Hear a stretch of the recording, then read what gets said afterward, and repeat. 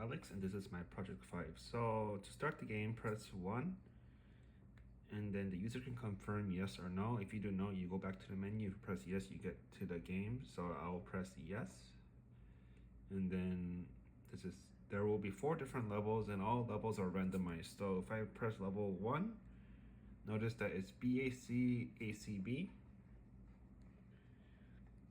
And pressing D is reset. So if I press 1 again, it will be a totally different sequence. So to remember, so I'll showcase the other levels.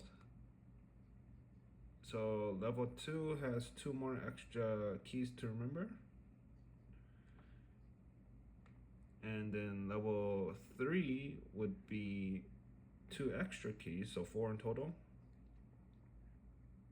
And then the final level is remembering 6 extra keys. So I will showcase level 1. So ACCBA BBA. So if I get it wrong, it will tell me mismatch.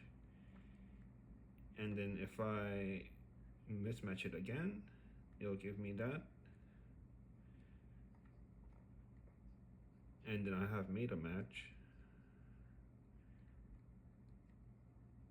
And then I made another match. And if I get the final key correctly, then I am the winner. Thank you for watching.